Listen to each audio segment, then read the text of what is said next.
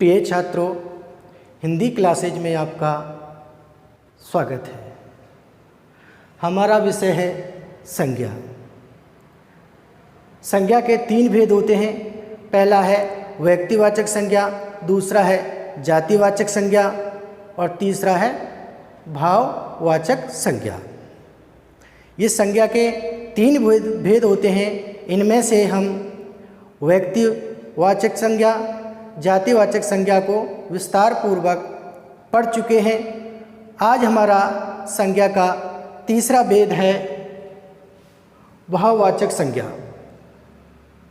भाववाचक संज्ञा को सबसे पहले हम जानेंगे कि भाववाचक संज्ञा होती क्या है।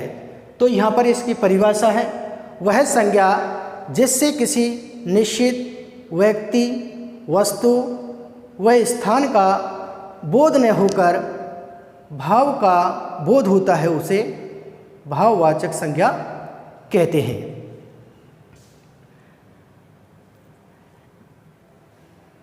जैसे प्रेम, लोभ, मोह, घृणा, ईर्ष्या, प्रेम, साहस, ये सभी क्या है, भाववाचक संज्ञा के उदाहरण हैं।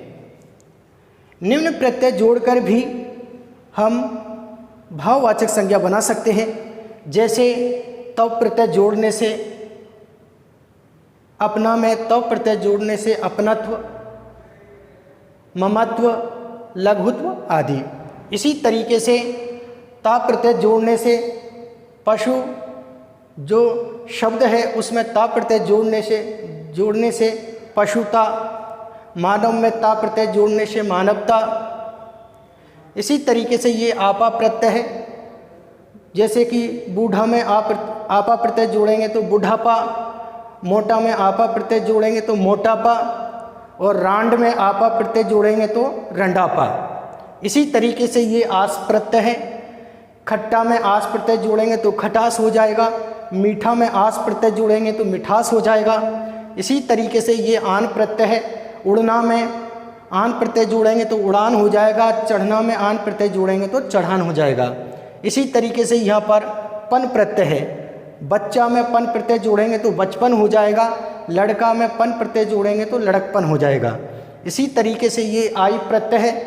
पढ़ना में आई प्रत्यय जोड़ेंगे तो पढ़ाई हो जाएगा, चढ़ना में आई प्रत्यय जोड़ेंगे तो चढ़ाई हो जाएगा। इसी तरीके से यहाँ पर यह प्रत्यय है। सुंदर में ये प्रत्यय जोड़ेंगे तो सौंदर्य हो जाएगा और मधुर में ये प्रत्यय जोड़ेंगे तो माधुर हो जाएगा। इसी तरीके से ये ई प्रत्यय है।